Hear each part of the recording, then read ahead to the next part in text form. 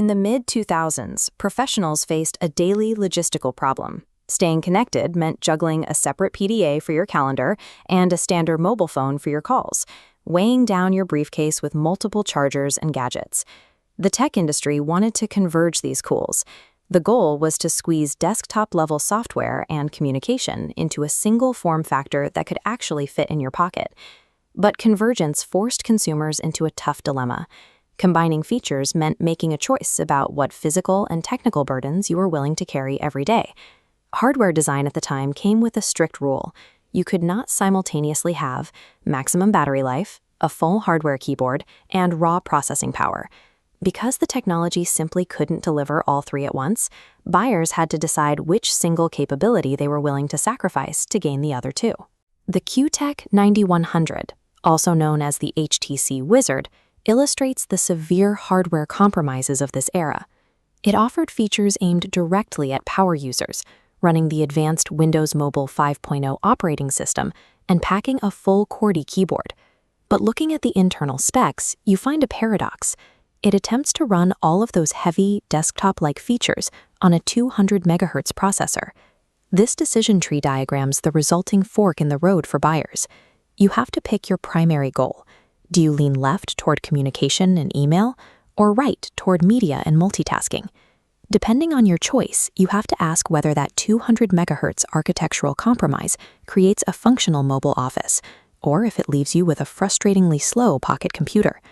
The Texas Instruments OMAP 850 processor powering the device runs at 200 MHz. At the time of its release, that was roughly half the clock speed of competing devices. This comparison matrix shows exactly how that hardware evaluates against actual usage. The immediate productivity benefit is energy efficiency. The lower clock speed means the 1250 mAh battery can yield a full workday of emails. But the multimedia trade-off is severe lag. If you try to multitask or play MP3s in the background, the system visibly struggles to keep up. Attempting to browse complex web pages essentially freezes your foreground operations. The processor acts as a hard bottleneck. Yet this power limit was an intentional engineering choice by HTC. They prioritized reliable uptime over snappy performance. Raw speed was deliberately sacrificed to guarantee that the device survives a 9-to-5 workday without you ever having to search for a wall charger.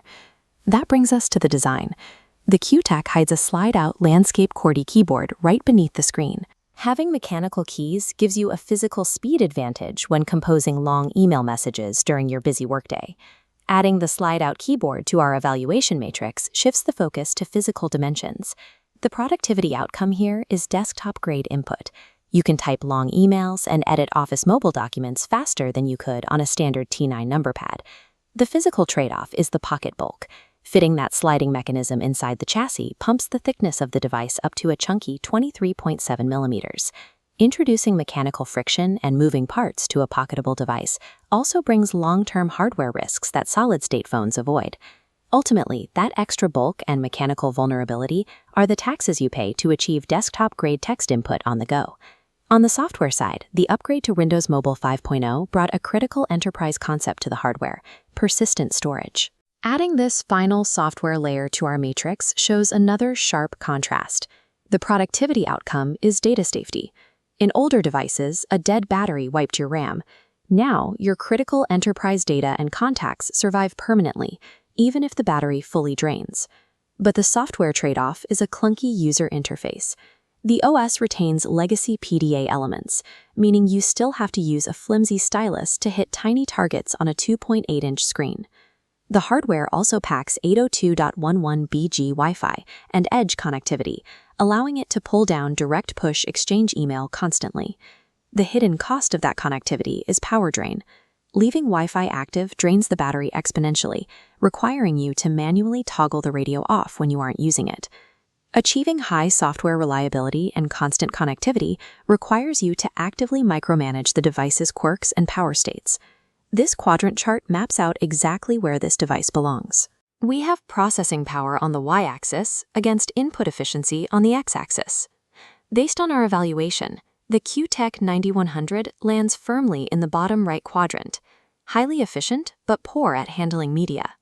Mobile professionals gain a secure communications tool with persistent memory and a dedicated mechanical keyboard.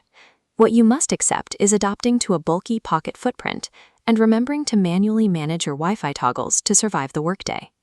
For the professional, the device solves the exact logistical problems that threaten their daily workflow.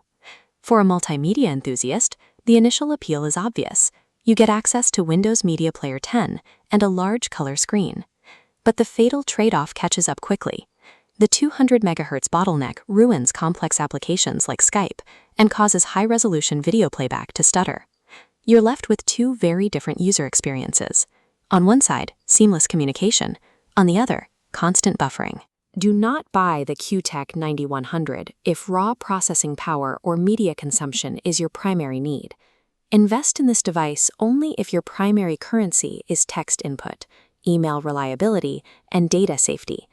The 200 MHz limit is the intentional architectural trade-off that allows the device to succeed where faster phones fail.